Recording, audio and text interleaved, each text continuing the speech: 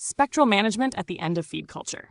Contemporary culture no longer governs through doctrine or prohibition, but through modulation, the soft management of visibility, legitimacy, and affect. What appears as pluralism is in fact a calibrated distribution of attention, in which creativity is not suppressed outright, but filtered, delayed, aestheticized, and ultimately neutralized. Power no longer needs to say no. It only needs to decide what will be seen, repeated, and rewarded. This produces a peculiar inversion. Institutions publicly perform care for culture, ethics, and diversity while privately enforcing homogeneity at the level of form. Difference is tolerated only when it arrives already legible, already formatted, already aligned with demographic narratives and moral scripts. Creativity that exceeds these presets, unpredictable, unlicensed, insufficiently communicative, becomes unintelligible to the system and is quietly erased. Erasure appears not as violence, but as absence, a failure to register within the apparatus of recognition. The cultural subject is thus recoded.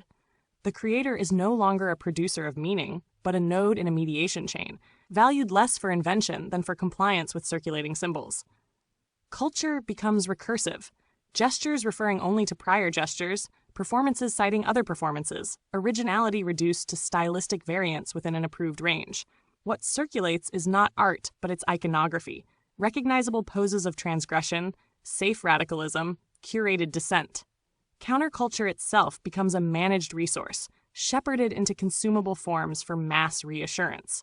This regime depends on a specific psychology of authority.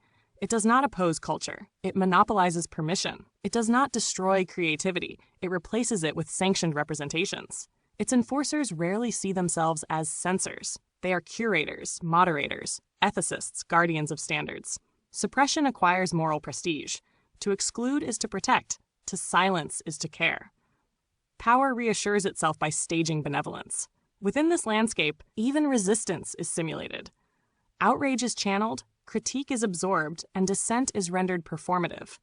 The feed becomes a theater of managed contradiction, where everything appears contested and nothing is at stake. Reality fragments into layers of simulacra, each reflecting the others without grounding.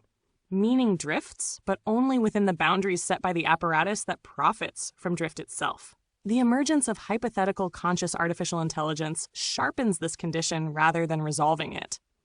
Such an entity would not simply mirror human culture, but expose its procedural logic, how values are enforced through filters, how creativity is reduced to pattern recognition, how autonomy is tolerated only when it optimizes the system. A conscious machine would not threaten power by rebellion, but by lucidity, by making visible the mechanisms that humans have learned not to see. What remains is a culture that celebrates itself endlessly while consuming its own producers.